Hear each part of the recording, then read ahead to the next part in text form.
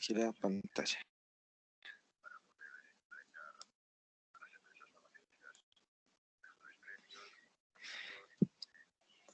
¿Ya se ve?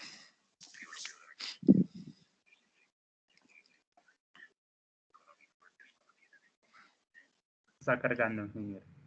Listo. Ok. Bueno, listo. ¿Alguna pregunta? Estamos viendo una condición de deformación ya no unidimensional, sino espacial. Recordemos entonces que pues, estas deformaciones como tal vienen asociadas al movimiento, al desplazamiento de partículas bajo dos condiciones. Una condición en un estado inicial, un estado, digámoslo, de reposo, de condiciones iniciales T sub 0, ¿cierto? Que es lo que llamamos acá. Y bajo esas condiciones iniciales vamos a contar con un dominio, o sea, con un cuerpo, con una estructura, con un sólido, con un elemento. Y bajo una condición donde estamos asociando un cambio en tiempo, ¿cierto? Que dijimos que podemos llamarlo pseudotiempo, aunque no necesariamente podemos asociarlo al tiempo, sino por una condición, una segunda condición que pues para nosotros es más fácil de identificarlo o de asimilarlo como un cambio en una condición de carga. Entonces, pues, bajo esa condición puede que nosotros tengamos un cuerpo con, o más bien el mismo cuerpo con alguna alteración en su geometría, ¿cierto? Ya conocemos nosotros que los cuerpos se pueden achicar, alargar, engrosar, ¿cierto? Y pues dada esa condición, ese cambio de condiciones en la disposición de las partículas, eh, decimos que vamos a tener ahora un nuevo omega, un nuevo dominio omega t, una vez se transcurra ese tiempo. Y que cada partícula que nosotros tengamos definida en un sistema coordenado, ¿cierto? Aquí en particular hacemos referencia a la partícula P, podemos definirla en una segunda condición, dada su posición inicial y una condición de tiempo, de variación en la condición de tiempo. ¿De acuerdo? Entonces, digamos que ese fue nuestro principio con el que partimos la descripción de movimiento de partículas, el cambio de posición relativo de unas partículas con respecto a otras para llegar como tal a hablar de deformación. Y pues que yo tengo, si esto ocurre, mi caso inicial, tengo un caso que fue el que acabamos de decir, y después puedo llegar a tener otra condición de carga, ¿cierto? Si ya lo asocio directamente a carga, entonces yo puedo establecer una evolución como tal de la partícula. Y pues todo lo puedo escribir a partir de unas ecuaciones de movimiento, unas trayectorias de la partícula, ya lo habíamos dicho, en función de la posición inicial y pues el tiempo. ¿Qué nos permite conocer esto? Pues que si hay un cambio en esa posición como tal, hablamos de velocidad, y si hay cambio en esa velocidad, hablamos de aceleración. ¿Sí? Para poder ligar todo esto, toda esta deformación a, eh, al movimiento como tal. Hablamos también que nosotros tenemos pues dos formas de escribir esos sistemas. Por un lado, en la mecánica de sólidos, que es la que nos enfocamos, que también decimos que es de naturaleza de Lagrange, hablamos de una descripción material en la cual nos centramos en nuestro sistema inicial, ¿sí? Las coordenadas materiales. Mientras que cuando se habla de mecánica de fluidos, que no es nuestro caso, pero es bueno que lo sepamos, vamos a hablar de un planteamiento, una descripción de Euler, ¿cierto? En función de las condiciones o la posición de las partículas una vez ha ocurrido el cambio, ¿sí? Que es lo que llamamos las coordenadas espaciales. Recordemos que tenemos dos tipos de coordenadas, las espaciales y las materiales. Las materiales asociadas a T sub 0 y las espaciales asociadas a la condición de movimiento. ¿Qué podemos relacionarla? Ya dijimos entre sí con una condición, conociendo la condición inicial y pues el desplazamiento que se ha generado entre ellas dos. Hablamos de lo que era un cuerpo rígido, ¿cierto? Donde no hay cambio de forma, solo hay un movimiento, un cuerpo deformable, donde ya como tal el cuerpo, la estructura, el elemento que estamos analizando empieza a absorber algo de deformación, ¿cierto? Entonces la carga existe como tal sobre él, pero él se deforma antes de empezar a desplazarse. Distorsión, que fue lo último que vimos, que es el cambio de forma y tamaño, ¿cierto? Y como tal la deformación, que fue donde nos centramos nosotros en la clase pasada para llegar a establecer unas medidas de deformación, incluso llegamos a hacer unos ejercicios al respecto, que hablamos que para materiales civiles, ¿cierto? De construcción tradicionales, tenemos la teoría de las pequeñas deformaciones, ¿sí? Pero también existe la teoría de las grandes deformaciones para otro tipo de materiales como son los cauchos, donde pueden deformarse mucho, pero son deformaciones recuperables. En cambio, las de nosotros, pues van a ser, como ya lo vimos y lo cuantificamos, van a ser muy bajas. Las diferentes medidas de deformación que planteamos, la de Cauchy o la ingenieril, que es la que estamos acostumbrados a trabajar nosotros por nuestra ensayo de la varilla de tensión, ¿cierto? Hablamos también que todo eso lo podemos relacionar o asociar a una tasa de estiramiento. Hablamos de otros tipos de deformación que de pronto no son tan conocidas dentro del el medio común, ¿cierto? Pero aquí ya en la mecánica del medio continuo, pues ya es indistinto hablar de ellas, que es la deformación logarítmica, la deformación de Green y la deformación de Almanzi. Y pues entre ellas nos dan unas condiciones, ¿cierto? En particular, acá diciendo que la ingeniería es la que nos relaciona la tasa de deformación con la deformación como tal, la tasa de estiramiento, bueno, la deformación en general como tal, y que tengo unas por encima y por debajo, pero siempre teniendo claro cuáles son nuestros límites, ¿cierto? Si acá tengo un límite de 1, pues obviamente se me va a deformar, pero el 1 es una deformación muy alta, ¿cierto? En cambio que es 0,1, pues aún sigue siendo alta, pero nos damos cuenta pues que las 4 medidas de deformación que estamos asociando son bastante cercanas. Y hablamos por allá que encuentro por aquí la del acero, por aquí la del concreto, entonces pues, estamos en unas bases de formación muy, muy bajas. Por eso nos encasillamos en que estamos trabajando para nuestros materiales en la teoría de las pequeñas deformaciones.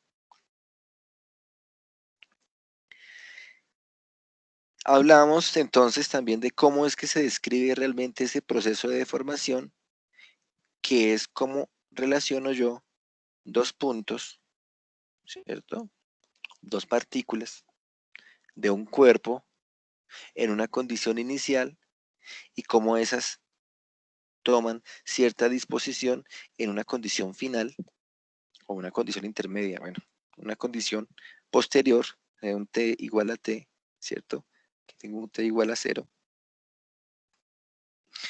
Y el cambio en la posición relativa de esas partículas es lo que realmente me va a dar la deformación.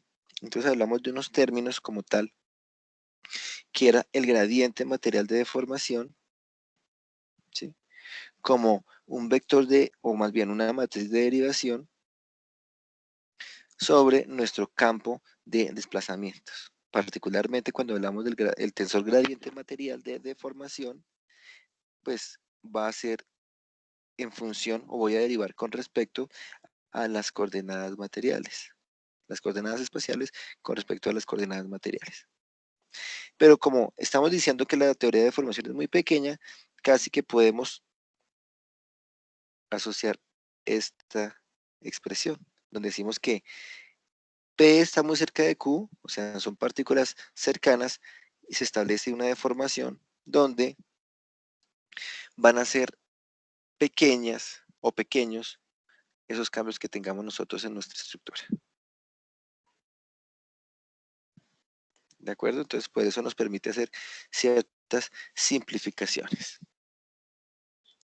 Acá presentamos cómo se veía nuestro vector escalar, la deformación escalar, en función de unos vectores que nosotros presentamos, ya sea una condición material o una condición espacial, ¿sí? Ya lo definimos en función de f, recordando que f es este gradiente material de deformación.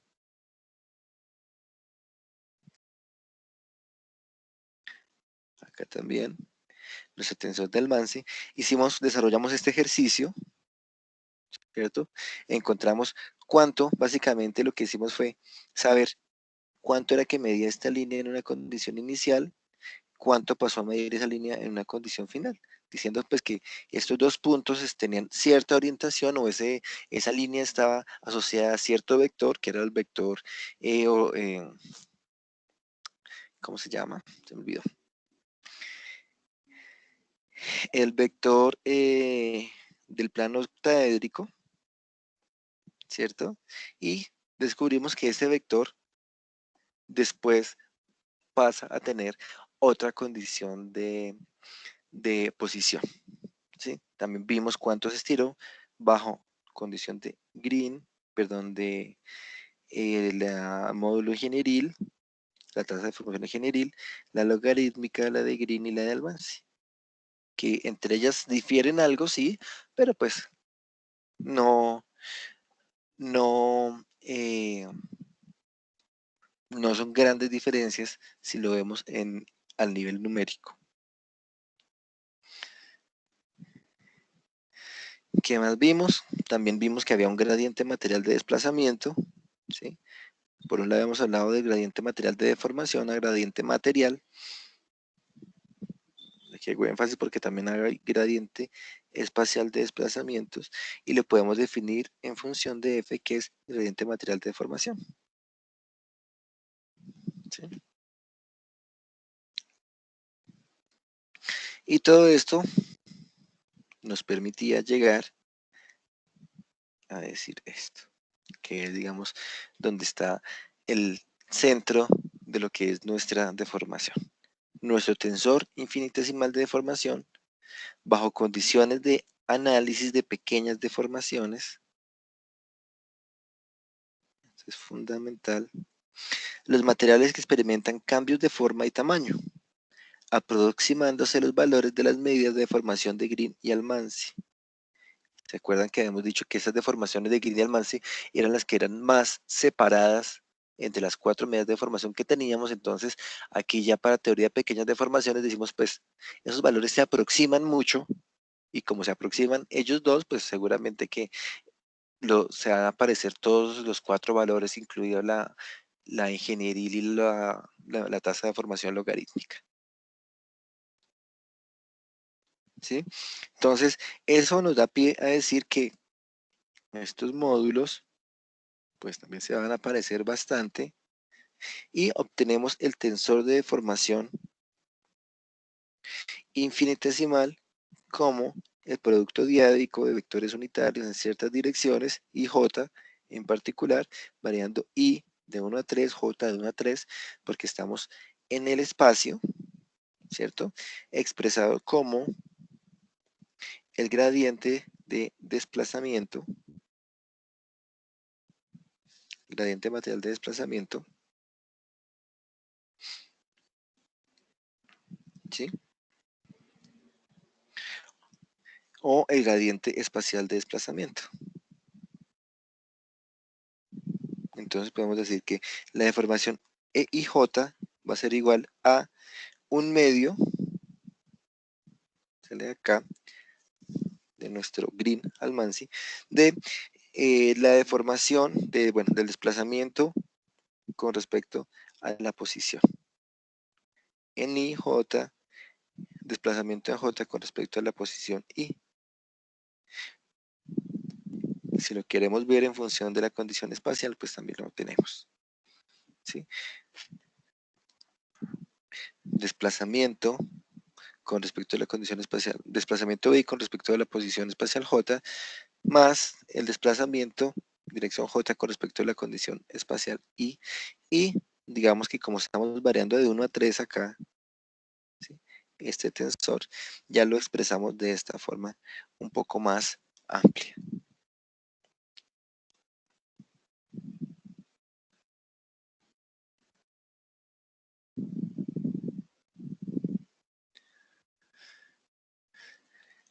A su vez, entonces, dijimos que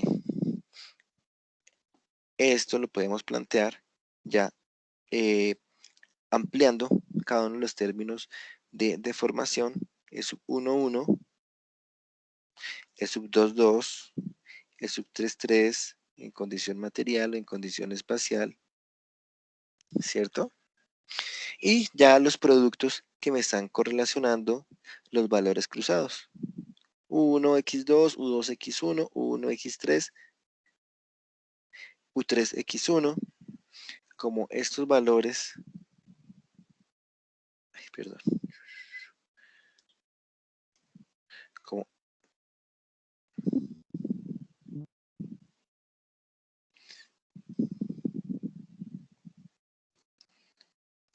como estos valores son iguales, ¿cierto?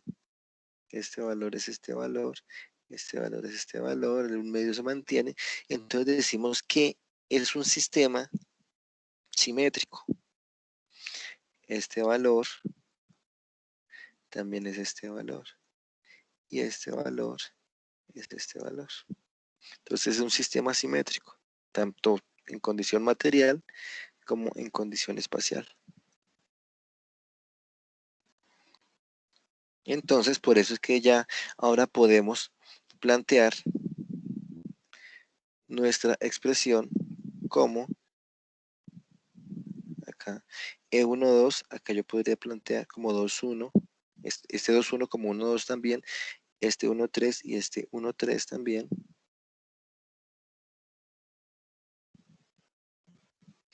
Y este término, como 2, 3. ¿Sí? Y es el sistema simétrico, que acá también hay otra forma de presentarlo. Y ustedes me dijeron que ya esta era la expresión que habían visto, con la que se han familiarizado previamente. Entonces, pues, a su vez, dijimos, bueno, estos estamos hablando de nosotros solamente de desplazamiento, pero resulta que estos términos cruzados nos van a hablar es de distorsión. ¿Y qué significa esa distorsión? Es cómo, y ahora no voy a relacionar dos puntos nomás para ya la deformación, ¿cierto? ¿Cuál es el alargamiento o el acortamiento entre esos dos puntos? ¿Cuál es el cambio en la posición que existe entre ellos? Sino que también existe, ahora ya lo voy a relacionar con un tercer punto, está el P, está el Q y está el R, ¿cierto? Donde estamos diciendo que hay un ángulo de 90 grados entre ellos. Esta es como nuestra tríada de referencia. Y bajo esa tríada de referencia, pues bajo una condición de carga, ¿cierto? Aunque aquí la estamos planteando como temporal. Esa condición de referencia pues va a tener un cambio en los desplazamientos, en la posición relativa entre esos puntos, entre esas partículas, al P, al Q y al R, obviamente definida por otros vectores, ¿cierto? Acá inicialmente están definidos por un LR, LQ, para los puntos R y Q respectivamente, tanto en sistema espacial como en sistema material. Y bajo esa condición de deformación, bueno, ese incremento de carga, ese cambio de condición externa, encontramos ciertas relaciones angulares de cambio entre esos elementos, entre esas partículas. Estoy diciendo que aquí estaba mi posición en X1, acá tenía una posición en X2, ¿cierto? Que sufrieron un cambio. Entonces tengo unos desplazamientos asociados y en general lo que tengo es que este ángulo que inicialmente era de pi medio en 90 grados pasó a ser otro ángulo.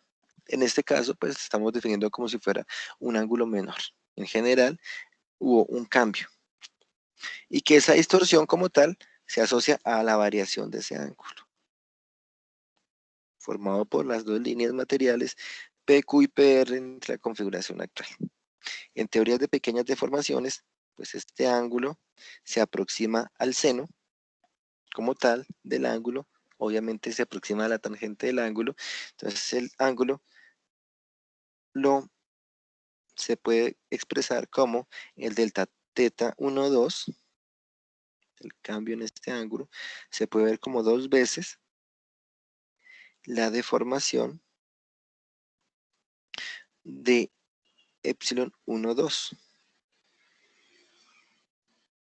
¿Sí? Entonces, eso viene aquí de esa consideración de este ángulo. Básicamente, este denominador se va a hacer 1 y nos va a quedar este término en la parte superior.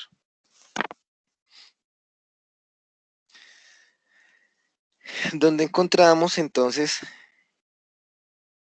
esta relación, o decimos que ese ángulo más bien es el cambio o la distorsión.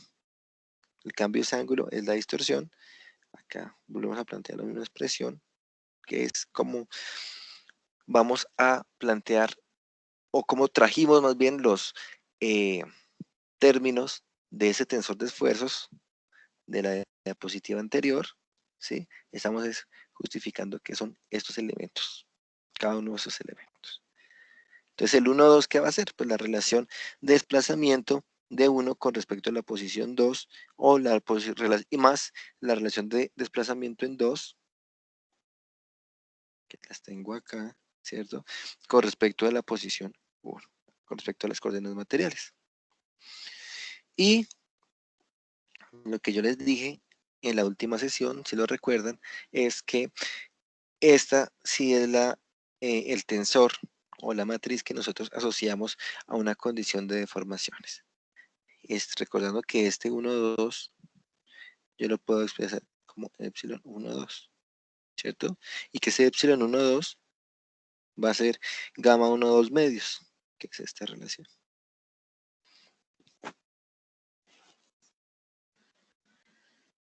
¿De acuerdo? Aquí pues ya están incluidas el efecto de la simetría y unas deformaciones axiales. Eso como un resumen de lo que hicimos en la sesión pasada.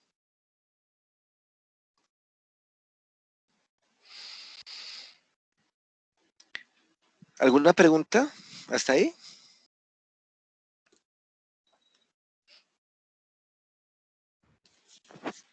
Sí, no, ingeniero, entonces, ahí vamos.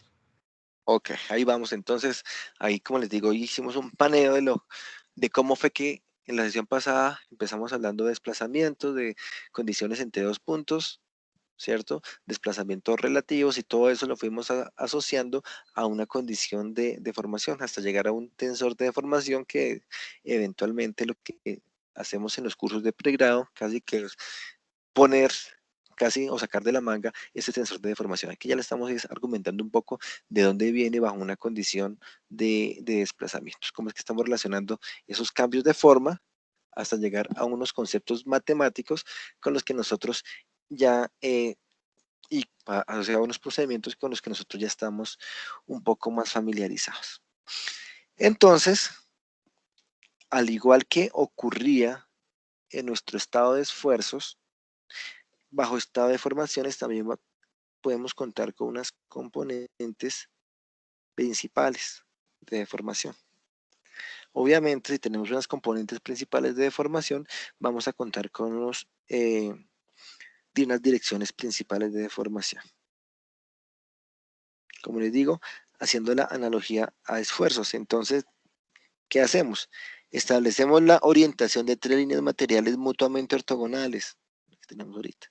Tenemos el punto P, que es nuestro punto central, y voy hacia Q, voy hacia R, voy hacia S, ¿cierto? Nuestro dominio de referencia para la condición material T igual a 0, ¿sí? Donde no hay distorsión. Hasta ahora, pues, no lo hemos hecho absolutamente nada. Y solo aparecen componentes de deformación longitudinal. Entonces, ¿hacia dónde vamos? Recuerden que cuando hablamos de esfuerzos principales, queríamos buscar era una dirección donde los esfuerzos tangenciales cortantes desaparecieran y llegar a buscar solamente una condición de esfuerzos axiales, esfuerzos normales, ¿sí?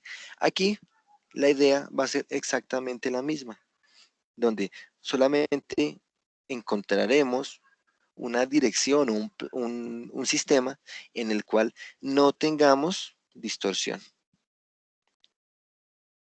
Encontrar un sistema donde no hay distorsión y solamente vamos a tener unos componentes de deformación axial, de deformación longitudinal. ¿De acuerdo? Allá es donde queremos llegar. Como siempre, tenemos un sistema X1, X2, X3 y vamos a llegar a un sistema X1 gorrito, X2 gorrito, X3 gorrito, donde queremos anular esas componentes de distorsión. Si hablamos de esfuerzos, hablábamos de componentes de esfuerzo tangencial o esfuerzo cortante. Aquí estamos hablando de una componente de distorsión, la que vamos a anular. Esas líneas, como ya sabemos, o esos ejes materiales, o esos ejes, no necesariamente materiales, esos ejes o ese nuevo sistema coordenado va a ser el que denominemos un sistema en el cual encontraremos nuestras deformaciones principales. ¿Sí? El procedimiento, pues ya ustedes lo tienen muy familiarizado, muy interiorizado, entonces veamos que se plantea de la misma forma que planteamos desde el punto de vista de las generalidades, pasando después a los esfuerzos. Componentes principales, vamos a dar solución a este sistema, donde pues la solución va a ser no trivial, ¿no? ¿Qué es la solución trivial? Que MP es igual a 0. MP son las direcciones principales, en este caso. Entonces tenemos un estado de deformaciones dado por E1, E12, E13, E22, E33, ¿cierto? Y su disposición matricial, un vector de direcciones principales, y si igualamos esto a 0, ¿a qué llegamos? ¿Se acuerdan qué era lo que hacíamos ahí? El concepto como tal.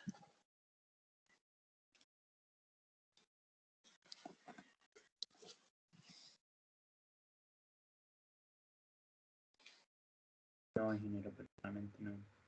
Porque operativamente ya lo tienen programado y demás. Eso no me preocupa es el concepto. ¿Qué es lo que hacemos? No estamos buscando era que el determinante del sistema epsilon menos el tensor identidad por epsilon, esto fuera igual a 0.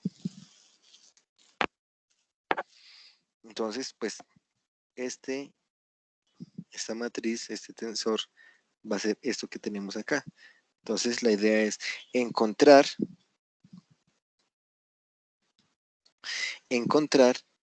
ese determinante igual a 0. Ya ustedes saben calcular determinantes, hicimos ejercicios manual de calcular determinantes.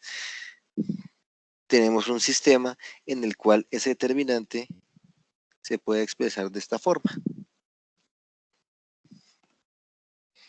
Ese determinante nos genera la ecuación característica. ¿Sí, ahora sí lo refrescaron?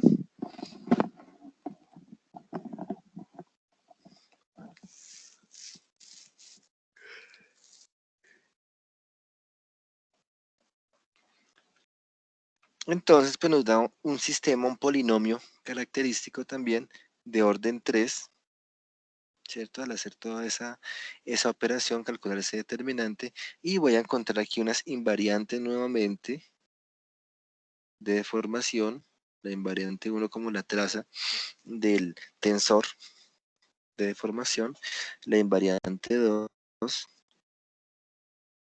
también un medio de la traza del tensor al cuadrado menos la traza del cuadrado del tensor, y una invariante 3 asociada al determinante de ese tensor inicial. Pues, si se lo recuerdan, es lo mismo exactamente que tenemos allí. Invariantes, ahora son invariantes de deformación, porque estamos trabajando sobre tensores de deformación. Las raíces de las componentes principales de deformación, pues tenemos que organizarlas, la mayor, la media y la menor, y planteamos nuestro tensor de deformaciones principales de esta forma. ¿Alguna pregunta de esto? Para que no se nos quede solamente convertido en un procedimiento mecánico que llegamos y hacemos allá, incluimos números en una matriz de tensores, de esfuerzos o de deformaciones y ya como tenemos todo programado, eso nos genera los resultados. Sino pues recordemos desde dónde viene y cómo es que lo estamos aplicando. Mi estado de deformaciones principales.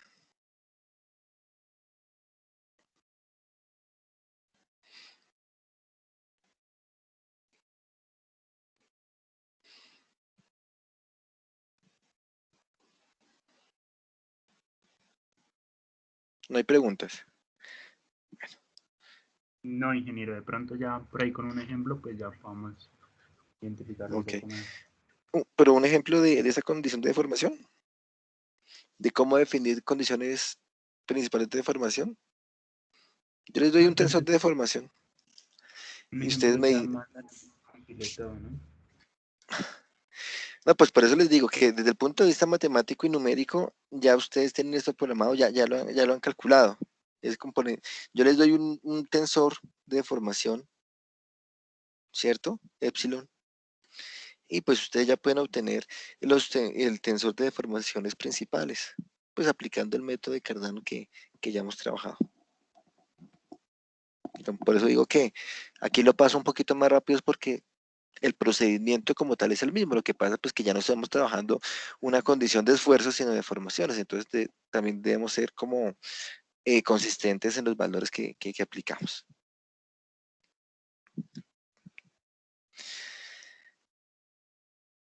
Aquí hay algo interesante, señor. Pero entonces, o sea, trabajamos de la misma manera que estábamos trabajando Cardano, ¿sí? O sea, es el mismo Sí, sí, sí, procedimiento. exactamente. Eso es exactamente el mismo procedimiento. Por eso digo, Sí. o sea, pensemos que si lo vemos desde el punto de vista numérico, pues tengo una matriz con unos valores allá. Y esa matriz yo la puedo, incluso, si lo vemos desde el punto de vista netamente matemático, lo que hacíamos nosotros para allá en nuestros cursos de cálculo, teníamos una matriz y en esa matriz calculábamos los esfuerzos principales y las direcciones principales, bueno, los valores principales, los valores propios y los vectores propios. Era lo que hacíamos allá. Aquí lo que pasa es que nos aprovechamos de esa condición matemática para dar una aplicación desde el punto de vista de la mecánica del continuo. Entonces, pues, una fue la condición de esfuerzos principales, que ya lo vimos, el procedimiento era lo mismo, lo que hicimos fue, oiga, eso de que me dan matemáticas unos valores, unas raíces en el polinomio, pues, ¿cómo lo asocio a una condición de esfuerzos? Básicamente. ¿Sí? Y lo mismo pues para una condición de deformaciones. Entonces yo puedo tener mi matriz, mi tensor de esfuerzos y sobre ese le aplico unos procedimientos matemáticos, ¿cierto? Obtengo unas respuestas, pero pues debo de ser consciente de qué son las respuestas. Si les estoy dando un tensor de esfuerzos, las respuestas van a ser esfuerzos principales con unas direcciones asociadas. Si les estoy dando un tensor de deformaciones, las respuestas van a ser las deformaciones principales, ¿cierto? Las raíces con unas direcciones asociadas. Por eso digo que el procedimiento como tal es el mismo. Por eso no hay que, digamos, no hay que echarle mucha tinta. Pero pues para que lo traigo a colación porque podemos evaluar ahorita algo adicional. Estado plano de formaciones infinitesimales. ¿Se acuerdan que también nosotros planteamos un estado plano de esfuerzos y dijimos que había unas condiciones que me gobernaban esa condición particular? Esto, pues, si es un estado plano, ya no va a ser un estado tridimensional porque es una simplificación, ¿cierto? Donde los componentes de formación van a estar pueden ser diferentes de 0. Aquí yo subrayo esto. Las componentes de deformación contenidas en un plano coordenado pueden ser diferentes de 0, mientras que las demás son nulas. Que muchas veces asociamos a que se va anulando todo. Y este digamos que es el caso típico de estudio. ¿Por qué nosotros decimos que en este sentido la condición de deformación E33 y pues E13, E23 son 0?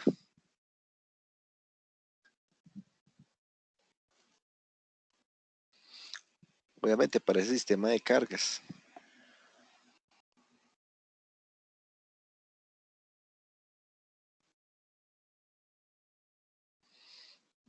Es el ejemplo de un muro de contención, podemos decir que es el muro de una presa, ¿cierto?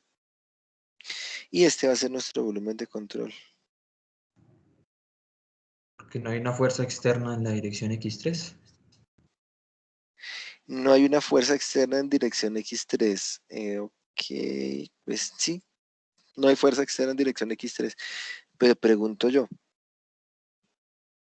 si no hay una fuerza externa en X3, ¿qué ocurre con el estado de formaciones? Aquí ya nos toca cambiarnos un poquito el chip. Sí, con respecto al estado de esfuerzos. Pues no habría una respuesta del material en esa dirección, o sea, una deformación. Bueno, no hay una respuesta en esa dirección, pero más que por esa condición de que yo no le esté aplicando fuerzas en esa dirección X3, porque de hecho sí se está generando alguna fuerza interna. De hecho, en este volumen de control, si miramos que este es el contorno como tal de la estructura, yo podría decir que este elemento es un elemento confinado entre toda esta zona y toda esta zona. ¿Sí? Entonces, ¿qué está pasando en dirección 3? Que como ese elemento está confinado, pues digamos que si yo miro esto como si fuera un cilindro de concreto, yo le aplico una carga vertical en concreto que no es una condición confinada, ¿cierto? Yo le puedo medir una relación de Poisson, ¿cierto? Porque tengo una deformación transversal. Pero acá como está confinado, entonces ese confinamiento evita que yo tenga una deformación en esta dirección 3,3. ¿Sí? Es por eso. Entonces, bajo esa consideración, esa deformación no existe, por eso que la tenemos 0, 0, como 0, pero no quiere decir que el estado de esfuerzos 3,3 sea 0, 0, ¿cierto? Porque lo que pasa es que hay un estado de esfuerzos que acá va a tratar como de moverse, pero no lo va a dejar el mismo confinamiento, entonces lo va a transferir al otro cuerpo. Entonces, eso es importante tener claro. Una condición de plana de esfuerzos no implica que las deformaciones sean 0 y una condición plana de deformaciones no implica que los esfuerzos sean 0. Puedo tener una condición constante de esfuerzos. Entonces, pues acá lo que vemos es que se va a poder desplazar normalmente, va a tener una deformación normal en dirección 1, ¿cierto? O sea, en este sentido no está confinado, se puede formar en dirección 2, en dirección vertical, ¿cierto? También esta partícula que es la que tengo acá, también se va a poder deformar, ¿cierto? Acortar, alargar, ¿sí? Y pues voy a tener algún cambio en la condición de forma. Puede tener una distorsión. Ahí en ese mismo plano, 1, 2. Pero cuando ya quiera pasar al plano 1, 3 o 2, 3, ya esas condiciones no están habilitadas por el confinamiento. ¿Sí estamos?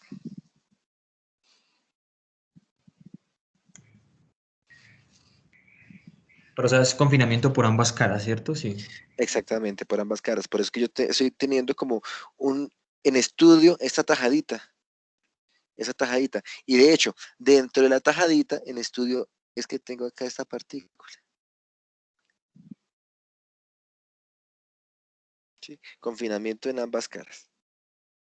Entonces yo hago ese análisis, generalmente ustedes lo han trabajado o hacen análisis de muros de contención como un estado plano. Entonces analizan una sección plana para volcamiento, analizan para pues, su diseño y demás, y ya lo,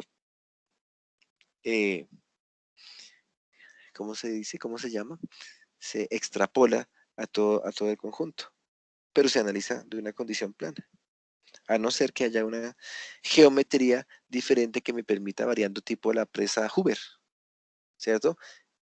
Que la presa Hoover es como un arco. Incluso podría llegarse también a analizar una condición de confinamiento para un sistema particular de coordenadas. Entonces, eso sí es importante que lo tengamos claro. De pronto ahorita al final hacemos, miramos o recordamos, bueno, porque esperar al final. Miremos un momento o recordemos un momento lo que pasaba en nuestra condición plana de esfuerzos para hacer la analogía.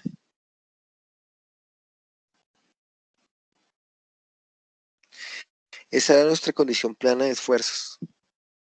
Entonces, ¿qué decíamos? Que en dirección 3, o sea, que la que entra, pues aquí yo voy a tener una carga en dirección 2, ¿cierto? Una condición de carga en dirección 2, y en dirección 1, o más bien en el plano X1, X2, es donde se va a dar la deformación de esta viga.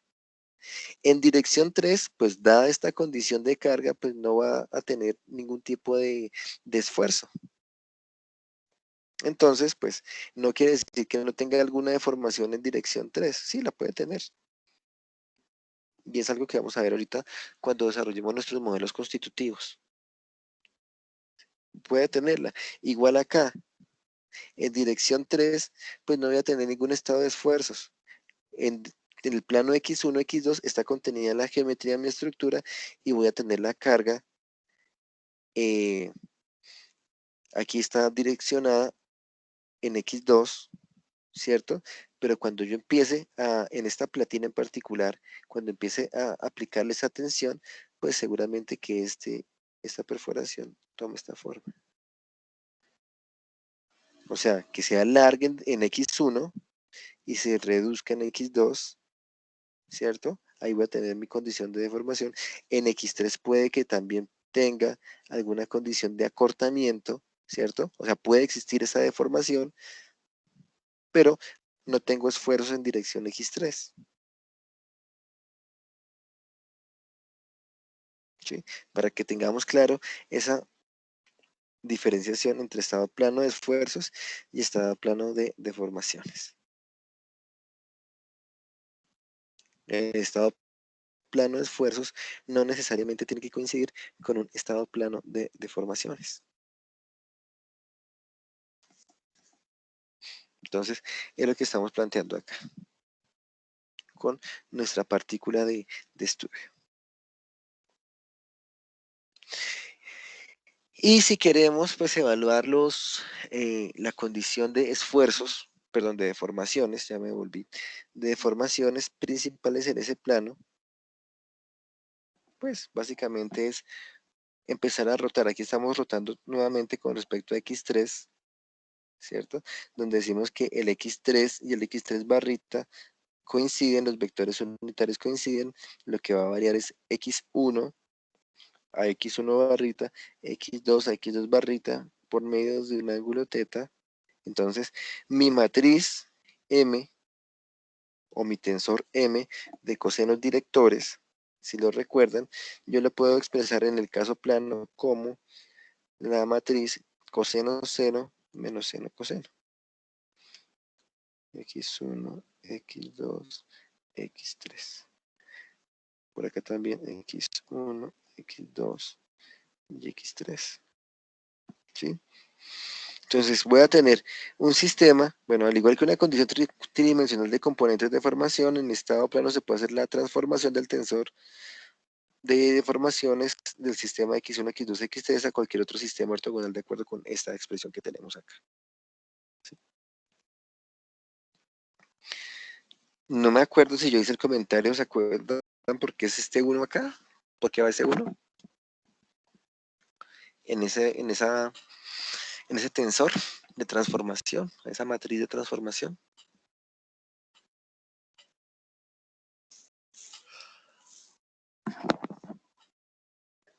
No, ingeniero, creo que no lo mencionó. ¿No lo mencionamos?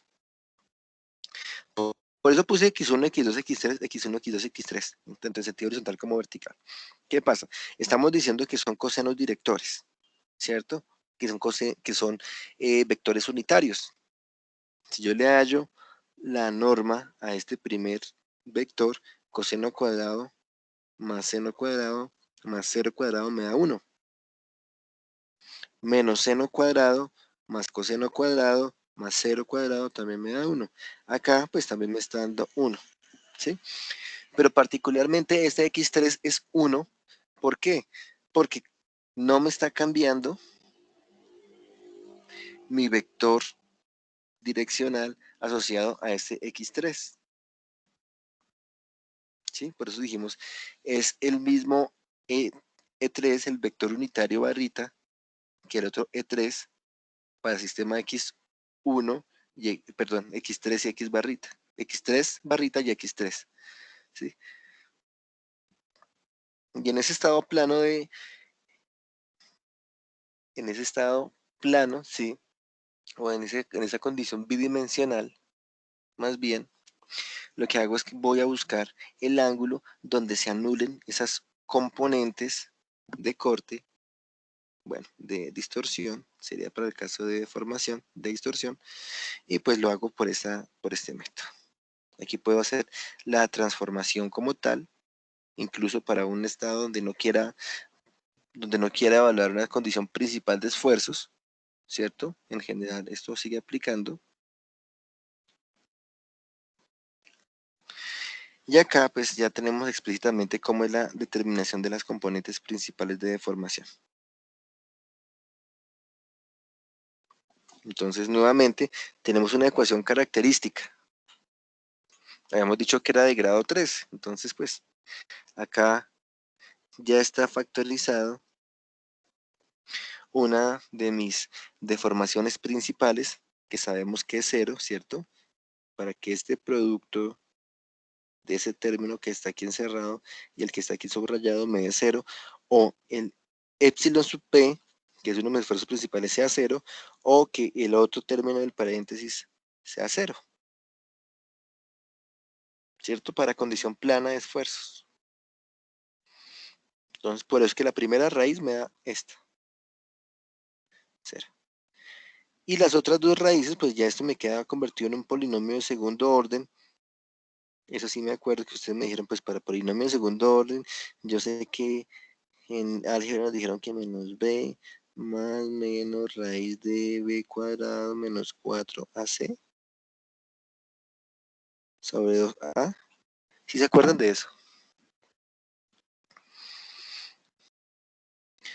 Esto era x1, x2 igual a esto. Para hallar las raíces de un polinomio. Acá pues ya voy a reemplazar los x por el épsilon sub p, el b, el menos b, pues ya aquí es una cuestión de organización. El término de A sería 1, el término de B, el término de C, y pues ya replanteado de una forma más explícita, aquí A es igual a 1,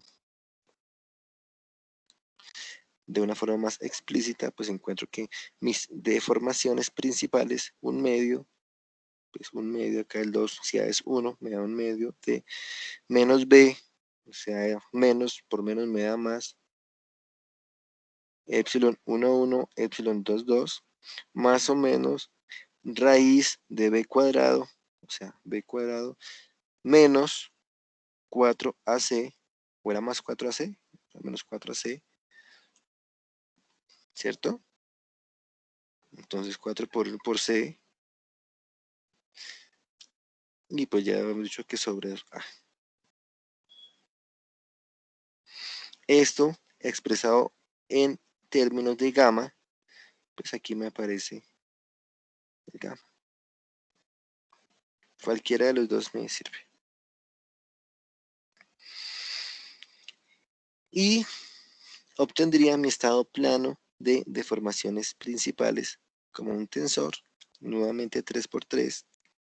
Lo digo porque a veces nos muestran solo esto y puede que se nos produzca error, ¿cierto? Porque sabemos que esta epsilon 0 ya sí va a ser nuestra raíz menor,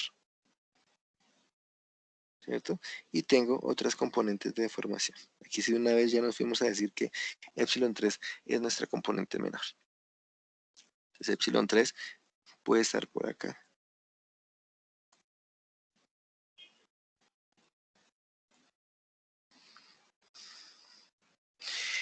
Y al igual que lo planteábamos nosotros en el círculo de Moore para esfuerzos, pues para aquí para el círculo de Moore de deformaciones puedo encontrar cuál es mi estado máximo de distorsión,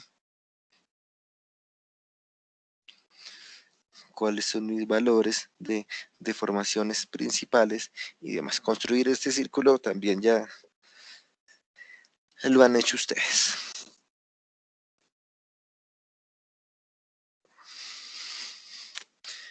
¿Preguntas?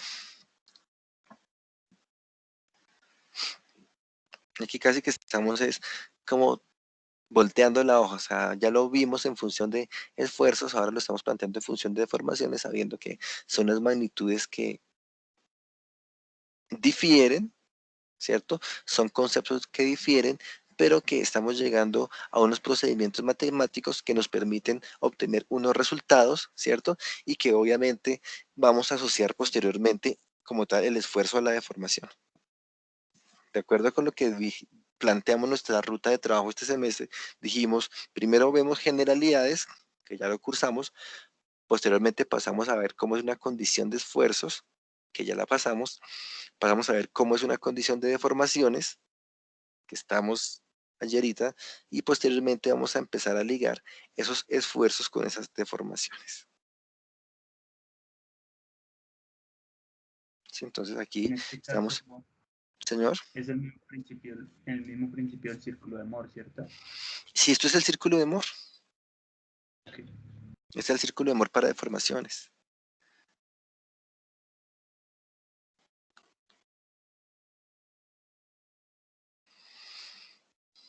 Porque tengo una deformación principal acá 1, una deformación principal 2, una deformación principal 3, que es 0, ¿sí? Y pues yo puedo trazar mi círculo de Moore tal cual.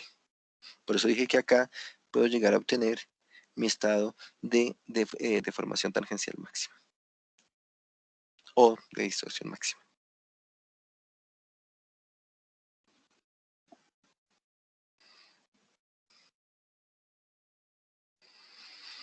Bueno, listo. Si no hay preguntas, pues miremos, bueno, antes del ejercicio, la notación de Voigt. Dijimos que tenemos una notación de Voigt para esfuerzos, para deformaciones es igual, ¿cierto? ¿Por qué? Porque nuestro tensor, al ser de segundo orden, tiene 9 términos, 3 al cuadrado nos da 9 términos, pero también al tener la condición de simetría, entonces pues esos 9 términos se nos convierten en 6 términos, en el mismo orden que lo trabajamos para esfuerzos. La deformación 1,1, normal, la 2,2, la 3,3, la tangencial 2,3, la 1,3 y la 1,2. Recuerden que esto viene así. 1,1, 2,2, 3,3. Acá tengo gamma, un medio de gamma.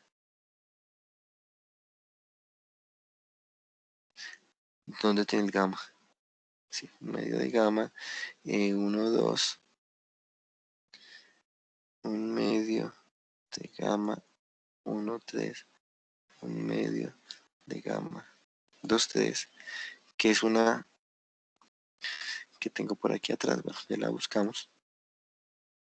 Acá un medio de gamma 1, 2. Un medio de gamma 1, 3. Un medio de gamma 2, 3. Esa es la expresión que donde terminamos nuestra clase pasada.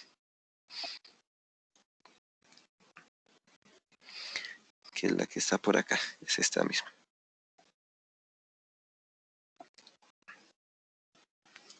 ¿Cierto?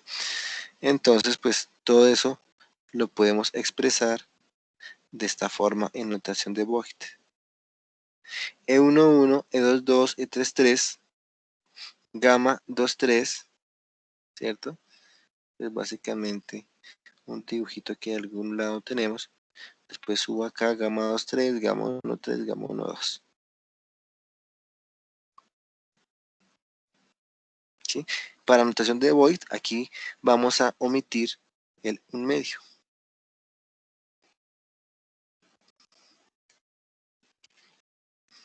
Importante.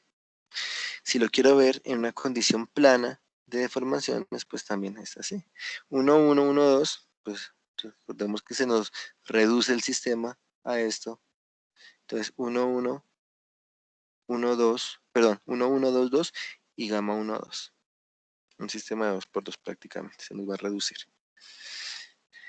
Y si lo queremos ver ya en esfuerzos en epsilon, pues sabemos que el esfuerzo, el gamma, la distorsión, lo relaciono con este esfuerzo 2,3, esta deformación 2,3, perdón, se me enredan los términos, como que el uno es el doble del otro. Entonces así lo expresamos en notación de Voigt.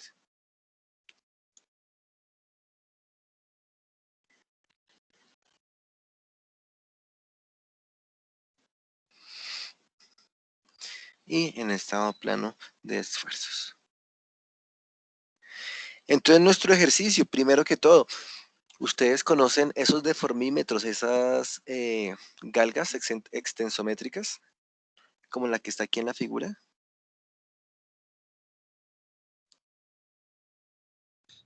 Yo no recuerdo, la verdad. ¿La han visto? Bueno, estos son los elementos que nos sirve cuando estamos haciendo investigación. Nosotros lo pegamos, lo fijamos allá a las probetas, a los elementos donde queremos evaluar los puntos de deformación, ¿sí? Pegamos con Super Bonder y demás. Y aquí ponemos como unos cablecitos. Un cablecito por acá, un cablecito por acá, un cablecito por acá. Y eso está conectado a un puente de Winston, ¿cierto? Donde esto generalmente pues son unas resistencias a la larga. Entonces, cuando se cierra el circuito, ¿cierto? Eh, empieza a haber como un desplazamiento en estos elementos que se asocia a unos voltajes, bueno, no estoy seguro si son voltajes, a una medida corriente, puede ser, en esa resistencia que va midiendo allá el puente de Winston, ¿sí? Y entonces, básicamente lo que se está haciendo es medir unas deformaciones en un punto, deformaciones unitarias, como las que medimos acá. Unas deformaciones en un punto asociadas a una condición de carga eléctrica. Miremos, porque pues me parece importante que ustedes vean cómo se evidencia eso. De pronto hay alguien que haya hecho investigación acá, entre nosotros.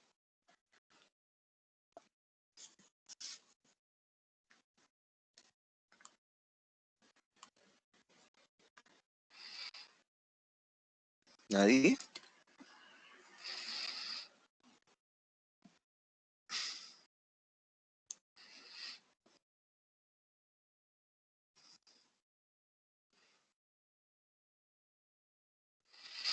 Buscar aquí unas galgas extensométricas para que miremos a qué estamos haciendo referencia para que también asociemos pues toda esta teoría con temas reales. Vean, son diferentes tipos de galgas extensométricas. Entonces, ese dibujito que estamos presentando allá es esto. Básicamente es esto. Tengo una resistencia, algo ahí donde yo voy a medir unas corrientes. Entonces, cuando empieza a haber una deformación, esa corriente se va, más bien, cuando empieza a haber una deformación, la corriente va a sentir el cambio en esa resistencia, entonces me la va a medir allá en un puente de Winston. Hay diferentes tipos de galgas extensométricas. Esta es la del caso del dibujito que tengo allá en la presentación, donde yo puedo medir una deformación en una dirección, en otra dirección y bajo un ángulo particular de rotación. ¿Sí? Ahí es a 45 grados. Entonces vamos a mirar cómo es la condición de deformación. Y esa generalmente también se conocen como rosetas. Sería muy chévere ver si podemos ver alguna en algún montaje experimental. Porque son unos elementos realmente pequeñitos. Eso no va a medir más de 1,5 cm, 2 centímetros. Todo el sistema. Entonces, para poder ver, yo tengo unas imágenes, pero no en este equipo, sino en otro. Eventualmente se las haré llegar para que las puedan ver.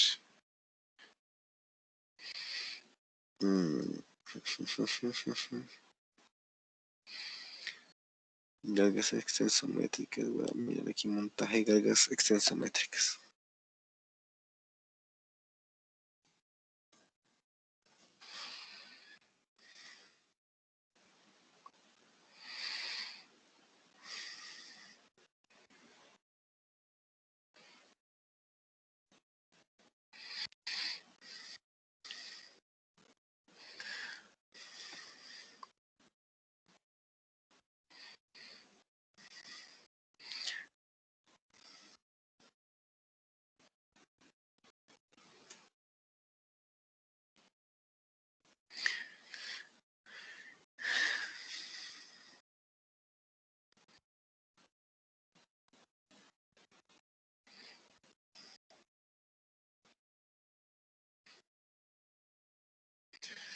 A ver si encuentro por acá.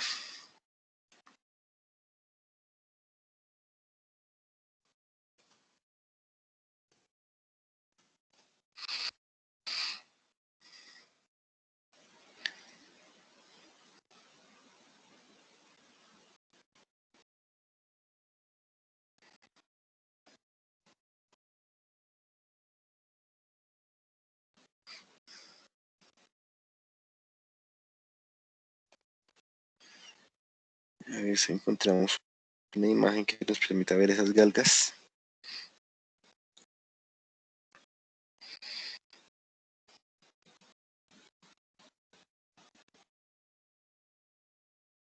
Bueno, básicamente es esto. Esto. Digamos que si esto es un elemento de una cercha, voy a concentrarme ahorita en este como para no dar tantas largas. Si alcanzo, pues yo les muestro.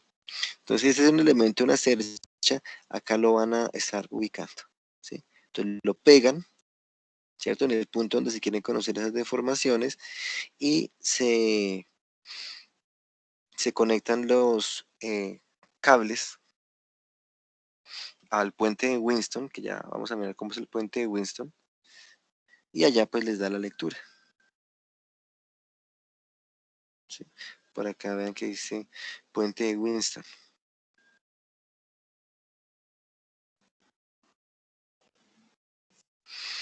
El puente de Winston es algo así, pues digamos es un circuito eléctrico ahí donde tiene las lecturas de todos esos elementos, pero es como una cajita. Para mí es una cajita, bueno, sin meterme como tal en el detalle de lo que hay al interior, es una cajita que mide, que toma la señal de las resistencias y mide y las asocia entre sí para decirme, oiga, la deformación es de tanto, ya convertida de una vez a deformación unitaria.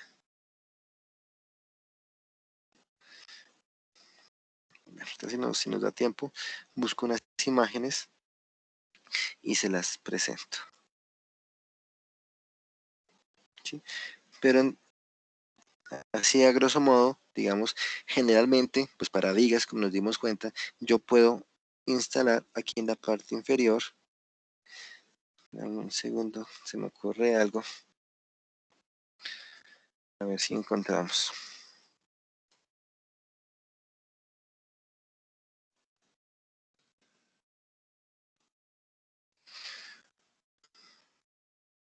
Un segundito.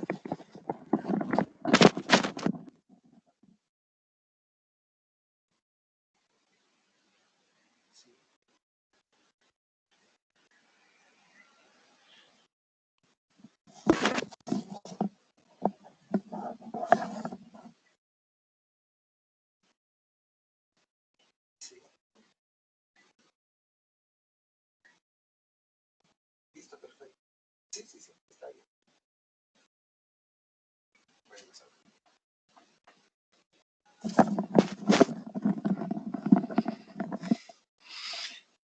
Es que este es un artículo que yo escribí hace poquito.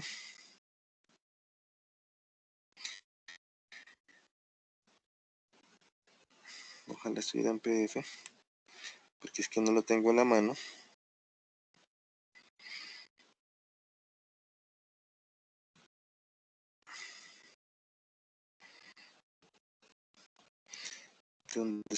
Donde yo tengo ahí instalados unos elementos.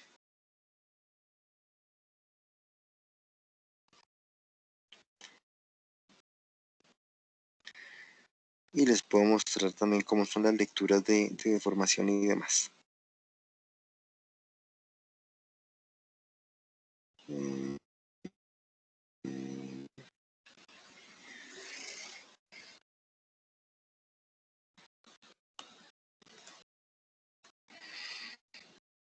No sé, tengo la vista PDF. Regálame un segundito, entonces más bien lo paso y lo miramos.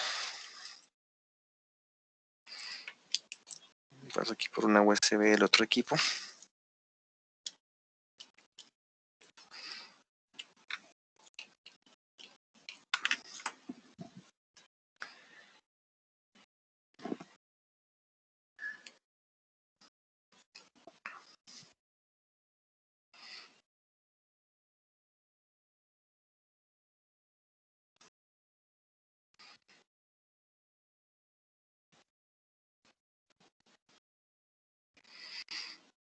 Creo que lo encuentro.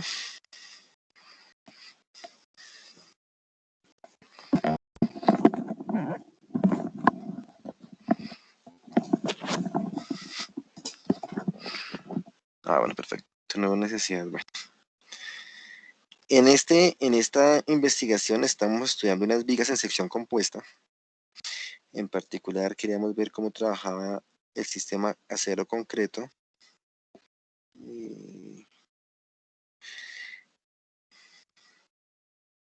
Y aquí la metodología, a ver, hay algo de información, me interesa ir a las fotos de una vez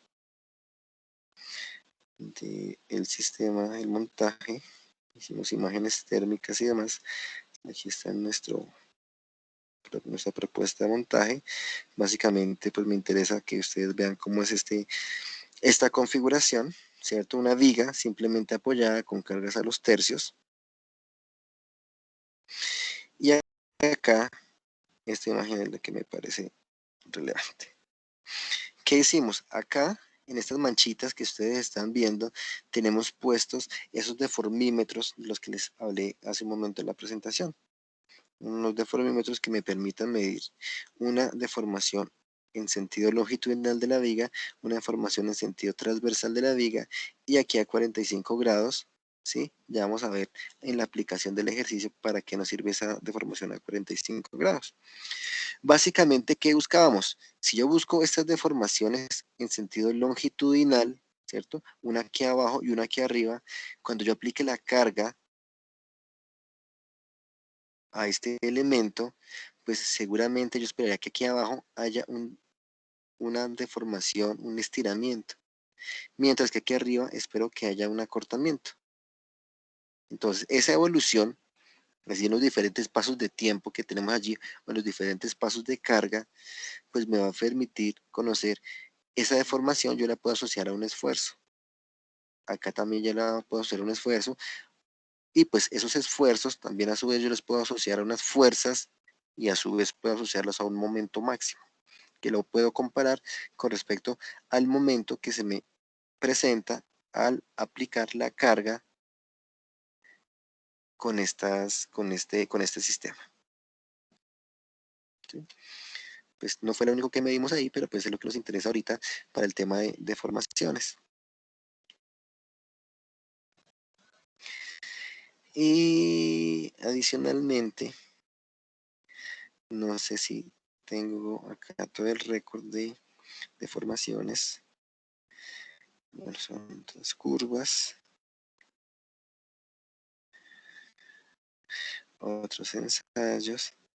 Miren cómo se generó, cómo quedó la deformación de la viga. Tenía diferentes longitudes de vigas. Carga de flexión. Y por aquí abajo debe estar una imagen. Vea esta información. Deformaciones unitarias. ¿Sí? Entonces aquí yo estoy planteando. Inicialmente, cuando empecé a hacer las medidas del puente de Winston, estaba acá. Esta era mi lectura inicial. Así como yo empecé a incrementar la carga, ¿cierto? O el tiempo, si volvemos acá en el pseudo tiempo, entonces ese,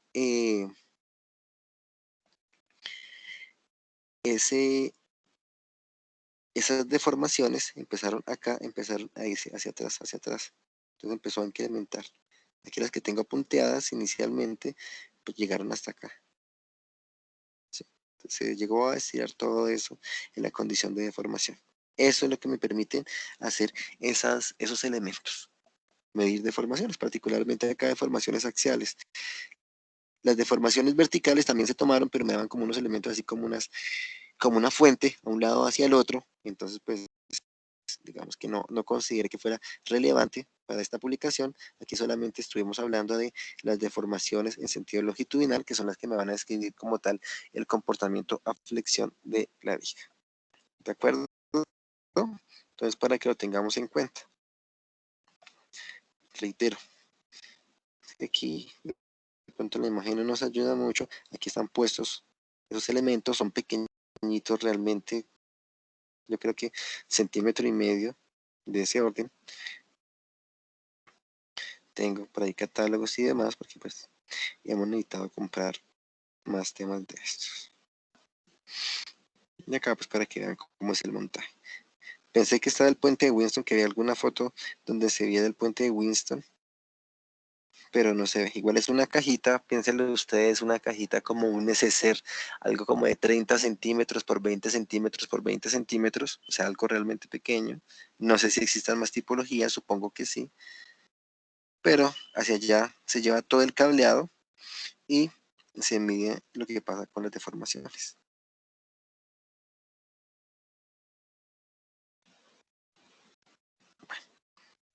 Eso como para que tengamos claro qué es lo que estamos haciendo con estos elementos.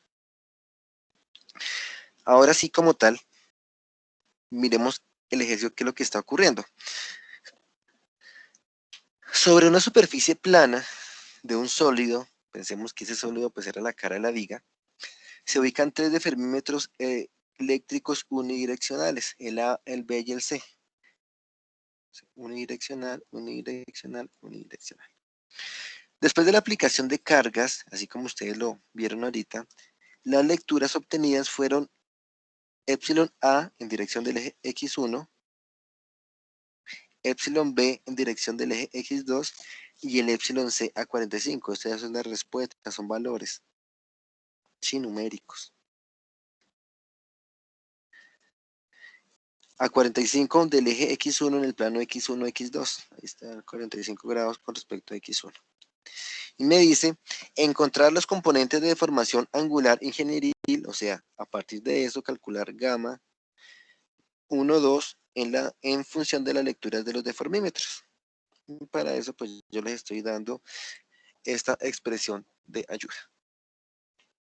Entonces, ustedes tienen una viga, ya están haciendo experimentación, ¿sí? Pues particularmente yo digo una viga para asociarnos al ejemplo que vimos. Ustedes van, instalan unos deformímetros eléctricos, ¿sí? Después los conectan en el puente de Winston y entonces el operario les ayuda a medir y les entrega un reporte de resultados donde les dice, ingenieros, esta es la evolución. O en un estado particular de carga, ustedes tienen una deformación epsilon sub A de tanto, epsilon sub B de tanto y epsilon sub C de tanto. Y ahora ustedes, como ya trabajo de escritorio, cuando están allá redactando sus documentos de tesis y demás, ustedes dicen, bueno, ya tengo esos valores de deformación, quiero hallar la distorsión para ese punto, este gamma 1, 2. Entonces, pues, denme ideas a ver cómo los podemos desarrollar. ¿Qué se les ocurre?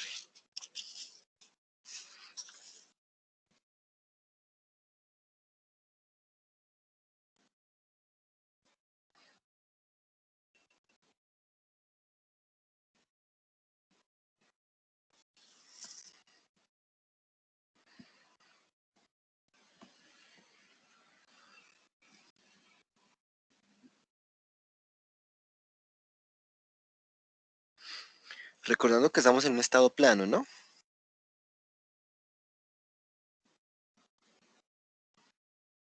Ingeniero, una pregunta. Señor. Formación angular ingenieril, ¿es como tal en todas las direcciones? O sea, ¿es la misma? Pues aquí en el caso plano, recordemos que esto lo podemos plantear como epsilon 1, gamma 1, 2, 0, ¿cierto? Un medio de gamma 1, 2, E2, 2, 0, 0, 0, 0. La pregunta es ¿cuál? ¿Si es la misma? O sea que si esta es igual a esta, en este estado de formaciones.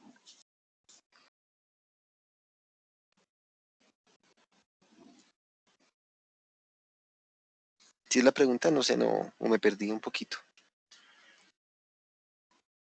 Sí, sí era definido. Ok, entonces sí, pues es la misma que vamos a encontrar aquí. Pero lo que pasa es que aquí estamos obteniendo, es un estado, aquí un ángulo de 45 grados. O sea, no quiere decir que este gamma 1,2 sea 45 grados, pero es que tenemos que hallarlo.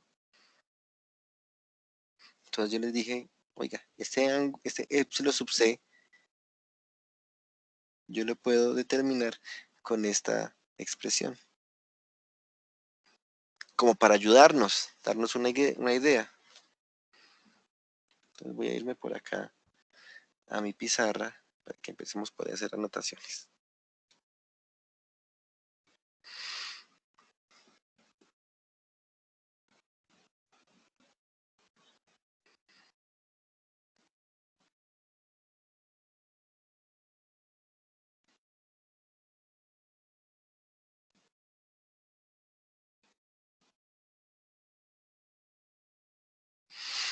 Entonces acá tenemos un dibujito donde tengo un elemento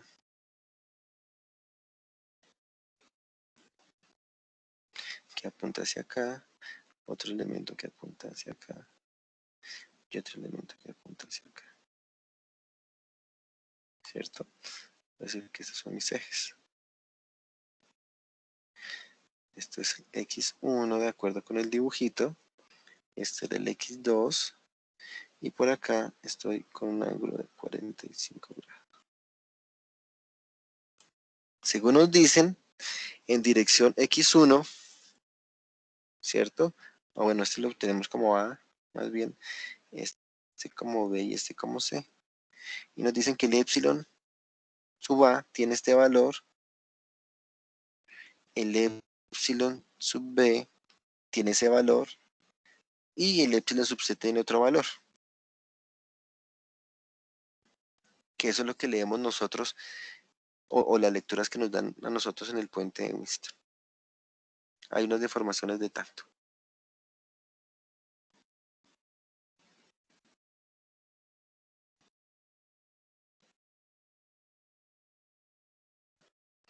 ¿De acuerdo? La pregunta era ¿cuál? Calcular el gamma, ¿no? Encontrar la componente de formación angular. 1, 2, en función de las lecturas de esas deformaciones obtenidas.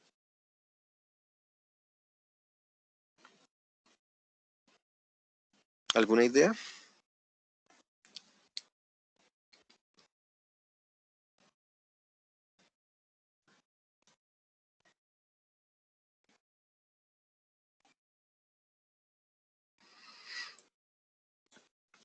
Ustedes ya están próximos a hacer tesis, ¿cierto? ¿O todavía no? ¿O esta fue la primera materia que inscribieron y ya estoy motivándolos a hacer la tesis? Estamos en inicio. ¿Están iniciando? Bueno.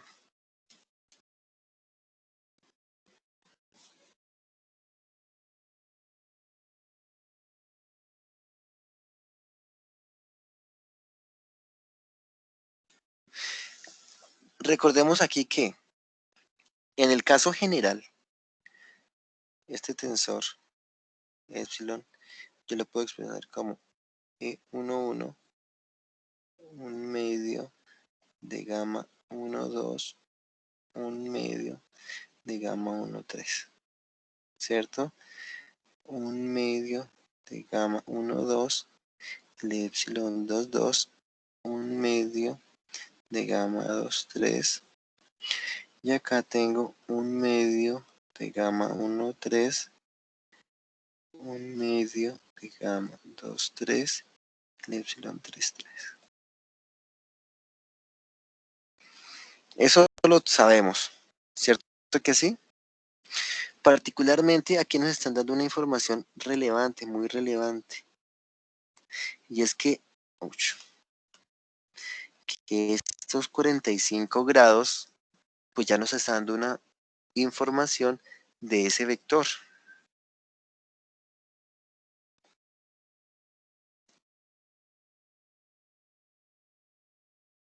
Dijimos que este epsilon sub c se podemos expresar como, yo les escribí la ecuación, la expresión ahorita en la diapositiva.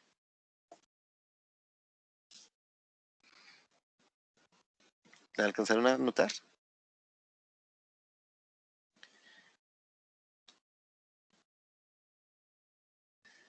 Esta. Esta. D barrita transpuesta por epsilon por D barrita. Entonces, pues, miremos a ver qué es esa D barrita. Digamos que acá es D barrita transpuesta por el epsilon por el D barrita. ¿Qué es ese D barrita?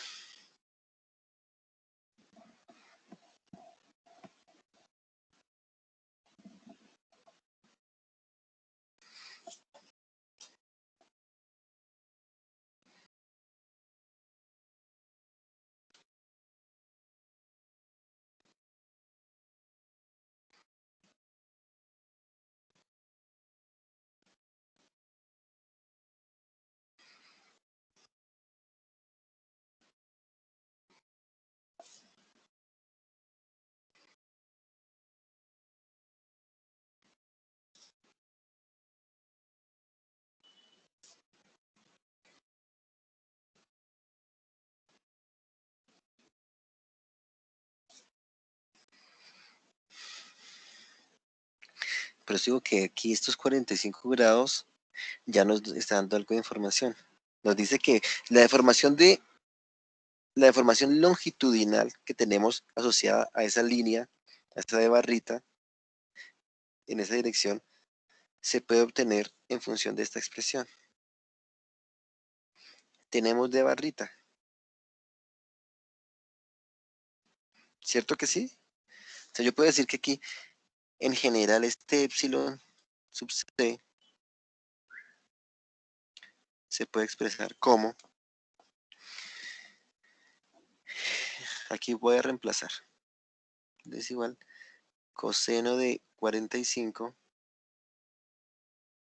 E1 más seno de 45. 2. ¿Cuánto me da el coseno de 45? ¿Y cuánto me da el seno de 45?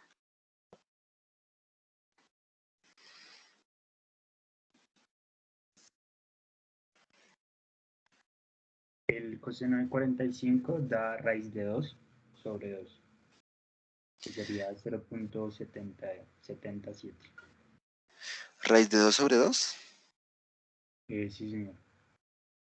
¿No me da 1 sobre raíz de 2? No, coseno de 45 en grados, ¿no? Ajá. A ver, aquí la saco mi calculadora.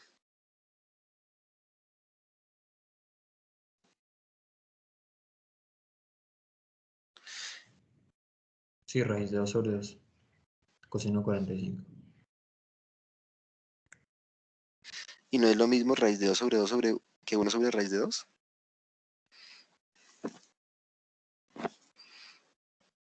No sé, lo voy a hacerlo numérico. Raíz de 2 sobre Sí, 2 pero es lo mismo. me da... Sí, Sí, bueno, también lo mismo, Yo sí. también. bueno, entonces en eso no vamos a discutir. Es igual 1 sobre raíz de 2 o raíz de 2 sobre 2, ¿cierto? Numéricamente nos va a dar lo mismo, más 1 sobre raíz de 2 nos da lo mismo, el coseno y el seno de 45, ¿no? Sí, me da lo mismo. Ok, entonces en el caso, acá yo puedo decir más 0 n3, ¿cierto? O sea que ese vector de, antes de hacer esto, este vector de yo lo puedo expresar como 1 sobre raíz de 2, 1 sobre raíz de 2 y 0. Reitero, en el caso espacial. Estoy aplicándolo para el caso espacial.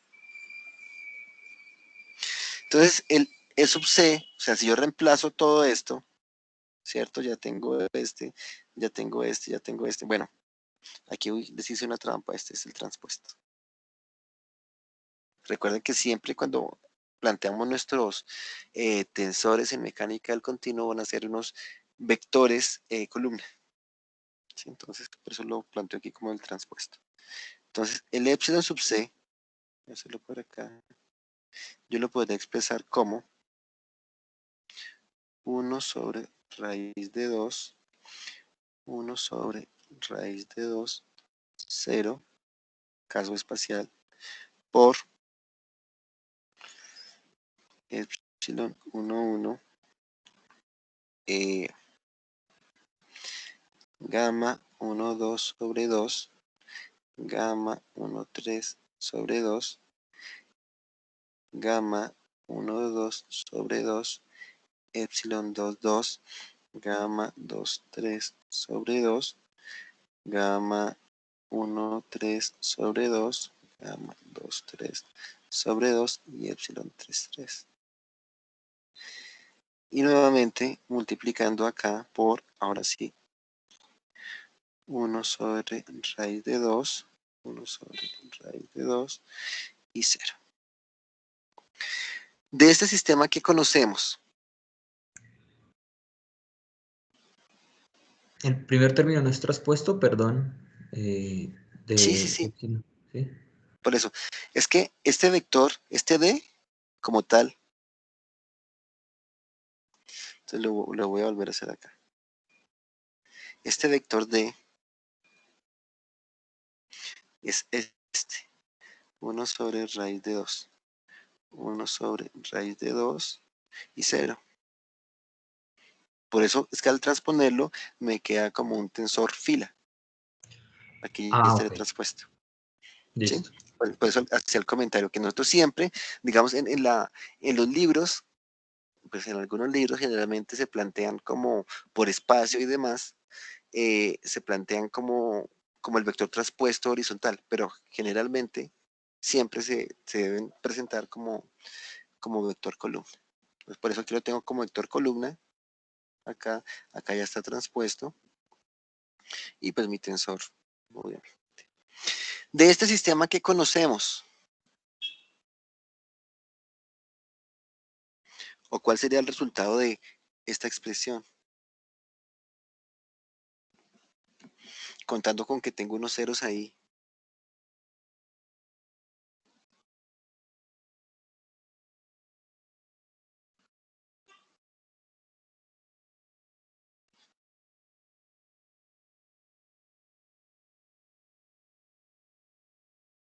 Y una pregunta, epsilon 1, 1 y Señor, epsilon 2, 2 no serían como epsilon los restantes, ¿no? O sea, los que están sobre... exactamente, ¿Sí? exactamente. Sí, sí, sí, perfecto. Entonces aquí ya podemos decir que este epsilon, o sea, eso yo lo puedo cambiar como 1 sobre raíz de 2 nuevamente.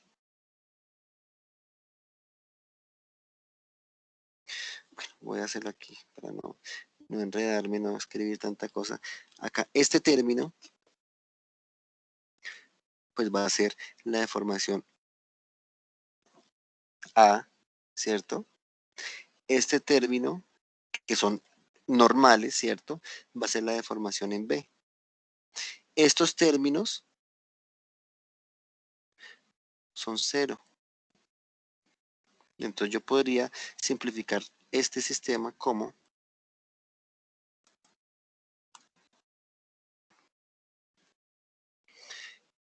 epsilon A gamma 1, 2 medios 0, ¿cierto? Epsilon B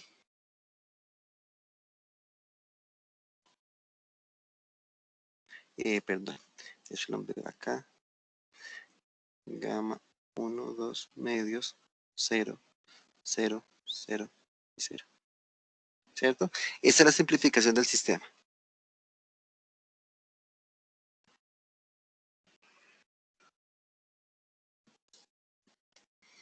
¿De acuerdo?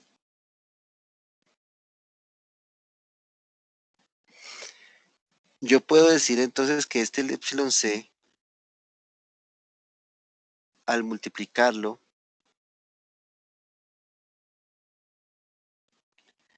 sobre 1 raíz de 2, 1 raíz de 2 y 0, acá tengo que es 1 sobre raíz de 2, 1 sobre raíz de 2 y 0. Ya me podría dar un resultado. Entonces, hagamos la operación. ¿Cuánto me da inicialmente este producto?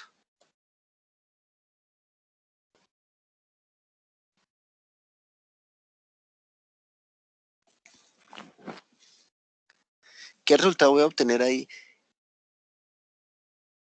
entre esa matriz y ese vector?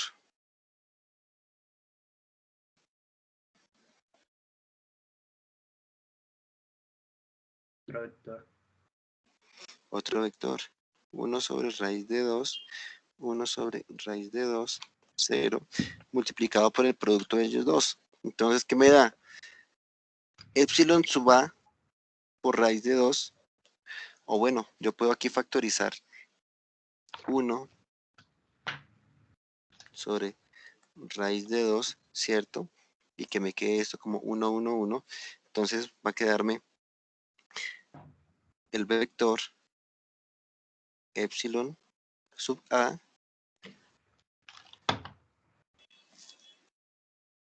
más gamma 1, 2 sobre 2. ¿Cierto que sí? El segundo término sería gamma 1, 2 sobre 2 más epsilon sub B. Y el último término me quedaría como 0.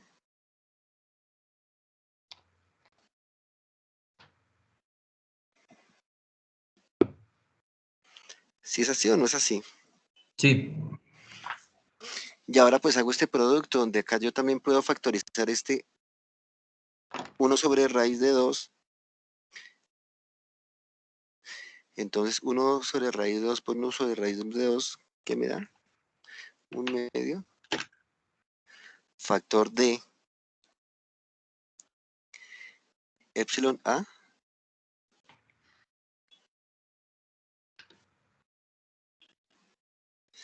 más gamma 1, 2 sobre 2 más gamma 1, 2 sobre 2 más epsilon B.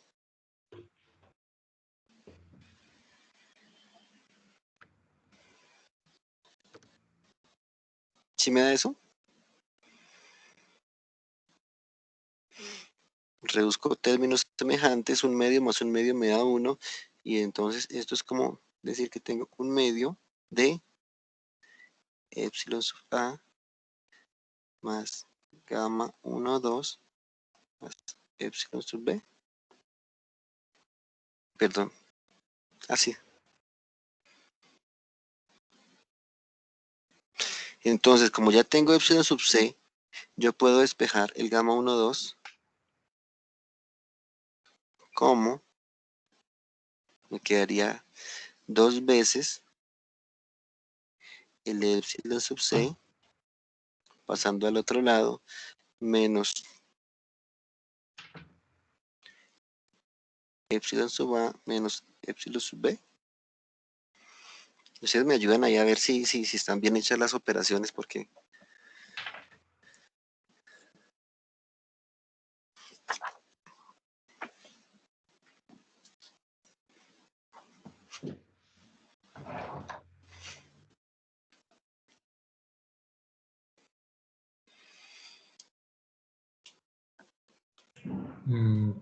Sí, sí. sí está dando.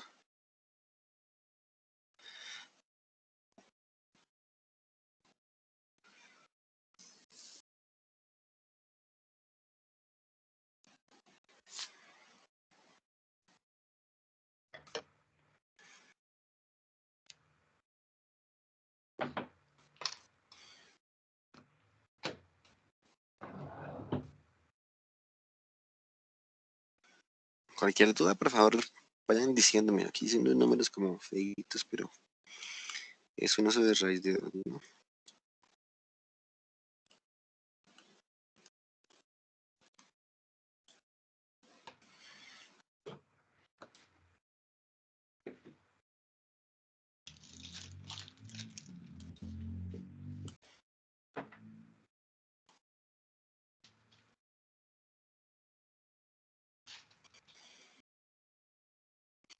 Entonces, ya cuando ustedes están haciendo todo el trabajo de oficina, después de recibir toda esa cantidad de información, ustedes dicen, ah, bueno, mi distorsión, mi deformación angular, pues si me interesa obviamente saber cuántos son esos datos, yo la puedo calcular con esos deformímetros bidireccionales, con ese ángulo de 45 grados, con esta expresión. ¿Sí? Reitero, si me interesa conocerlo. Si no, pues como fue el caso de mi investigación, yo dije, pues las deformaciones que estoy obteniendo en B y en C, pues digamos que dejan de ser relevantes, solo obtuve las de A, entonces pues en ese sentido seguí trabajando con esos valores. Sí, ya digamos que cada uno se va acomodando las características de su trabajo. Pero pues sí, me interesa es que no veamos que esto es solamente aplicable, o más bien no todo esto se queda desde el punto de vista teórico, de que es un esfuerzo, de que es una deformación y demás, sino que podamos empezar como a implementarlo en nuestras estructuras. Aquí ven que lo hemos trabajado desde el punto de vista de la investigación, puede ser, también sirve para monitoreo de estructuras, ¿cierto? Saber en qué momento eventualmente, de hecho algo lo que se está haciendo es pensar, instrumentar edificaciones, llevar todo como a un sistema de control donde, por ejemplo, si hay deformaciones unitarias mayores a ciertos rangos, entonces la estructura de alertas, como lo que pasa en un vehículo. Si se elevó la temperatura, entonces sale un reporte de fallo. ¿Sí? Vaya al mecánico, revísele el radiador, revísele, bueno, cualquier efecto de cualquier elemento que esté involucrado con la temperatura del motor del vehículo. Aquí lo mismo se pretende hacer en el monitoreo de estructuras. Instrumentarlas donde diga, oiga, la deflexión o la deformación unitaria en un punto está dando tanto que se asocia a la deflexión excesiva de una viga, entonces manda una alerta eventualmente porque hay una condición de sobrecarga eventualmente o alguna deformación anormal que se está presentando sobre la estructura y pues que nos puede ayudar a prevenir algún efecto posterior. No sé si alguien esté viendo el curso de monitoreo de estructuras o alguien haya visto el curso de monitoreo de estructuras.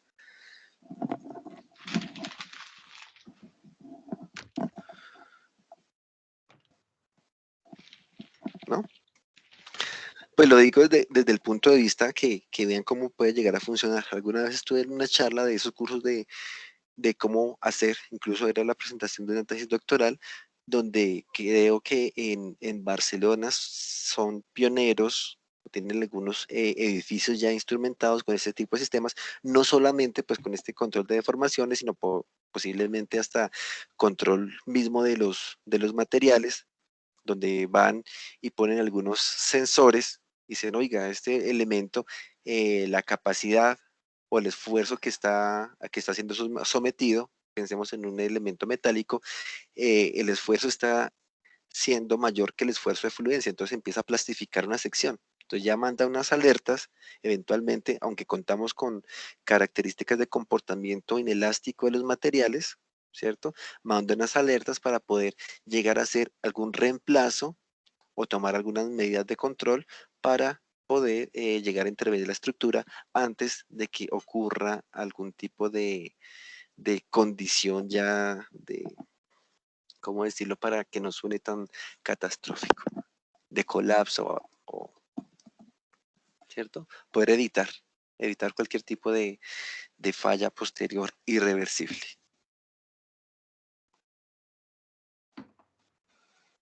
Entonces, pues es un tema de vanguardia para quien esté interesado en ese monitoreo de estructuras. Estamos vinculados pues, desde la parte de ingeniería civil con muchos, de hecho esa tesis no era ni siquiera un ingeniero civil, sino era un ingeniero eléctrico o electrónico que estaba generando algunos dispositivos para hacer ese control de estructuras. Unos dispositivos, si no estoy mal, que llegaban y se adosaban a unas vigas metálicas y ahí podía hacer como la lectura tanto de esfuerzos como de formaciones. Entonces era pues bastante interesante y todo eso se cableaba o se llevaba por señal, pues creo que era electrónica porque decía que todo lo mandaba por una señal de inalámbrica hasta un punto y allá se hacía como el monitoreo de las estructuras, como cuando se controlan niveles, no sé si ustedes han estado en algún cuarto de control de alguna central industrial, donde, por ejemplo, tienen un tanque, allá se controlan niveles, si se controlan flujos de entrada, flujos de salida y demás por medio de un software, ahí siempre se va a ver la pantallita, entonces así mismo se monitorea la estructura. Entonces es un tema interesante, un tema de vanguardia que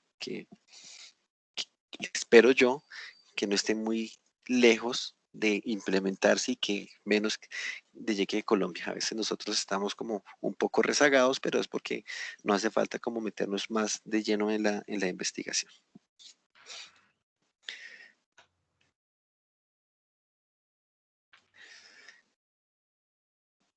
Y como, digamos, como impulso, como motivación, ya teniendo alguna experiencia de estudio internacional con colegas internacionales, yo siempre digo que nosotros pues no estamos lejos, o de hecho no debemos sentirnos inferiores en nuestra formación ingenieril con respecto a otras personas de otras latitudes.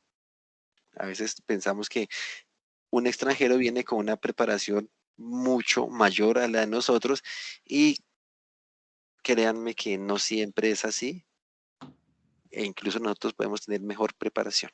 Entonces, para que eso que sirva de motivación también para que nuestros proyectos y nuestras investigaciones consideren, no la subestimen como tal, sino consideren que realmente tiene frutos a nivel local y obviamente si pueden hacerlo, divulgación a nivel internacional mucho mejor.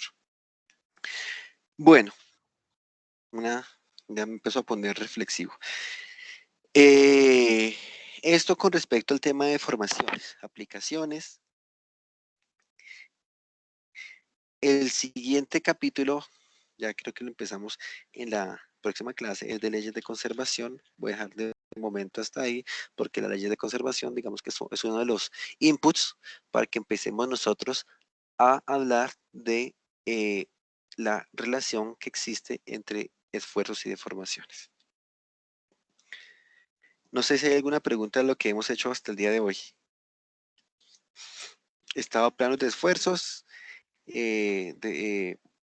deformaciones principales, creo que está fácil de implementar. Cualquier inquietud, pues me lo hacen saber. De fondo, el contenido de la clase anterior creo que nos aterrizaba muchísimo por eso empecé hoy con el resumen, sobre cómo era realmente que se definía. Hoy queríamos pues llegar a este ejercicio como tal para poderlo implementar y ya.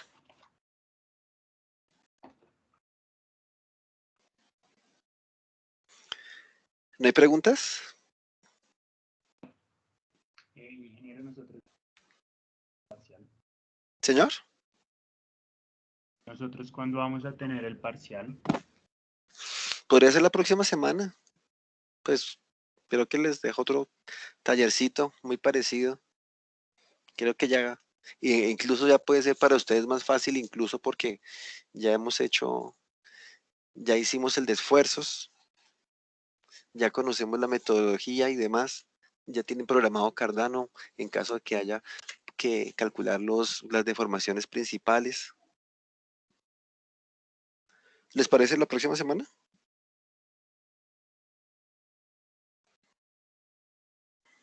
Muy parecido a los anteriores, fáciles. ¿El ¿Pero taller parcial qué o día? taller? Sí. Señor, parcial o taller, pues es como lo mismo, ¿no? Pues es una Ingeniero, ¿y actividad solo entra lo de formaciones? O de sea, como ya... formaciones, sí, de formaciones. Ya lo anterior quedó evaluado. ¿O incluimos esfuerzos, más ejercicios de esfuerzos? O sea, ahorita Es la este taller incluiría lo de Cardano de para acá, ¿sí? Pues la aplicación de Cardano para cálculo de formaciones. Pues no lo he planteado todavía. Entonces de pronto pongo un ejercicio de cálculo de formaciones principales. Pues ya sería como reiterativo, cálculo de formaciones principales y direcciones principales. Pero ya es algo que hemos aplicado. No sé. Voy a pensar a ver cómo lo planteo. Si me dice que para la próxima semana. Ok, ingeniero, pues podría pensarlo y nos comenta por el grupo, ¿no? Listo. Pues yo digo es que porque después, pues si no lo hacemos la próxima semana, ya la próxima semana empezamos con leyes de conservación y relación esfuerzo de formación, entonces ya se nos empieza de pronto a acumular más temas. O se nos empiezan a enredar los temas ahí cuando empecemos a hablar de qué es lo que ocurre con el tensor de esfuerzos de formaciones y ya nos van a aparecer otros tensores de orden superior que nos relacionan los esfuerzos y deformaciones. Entonces, por eso yo preferiría como ir saliendo de cada tema. Sí, mejor la próxima clase. Bueno, listo, señores. Entonces, en ese orden de ideas nos vemos en nuestra próxima sesión.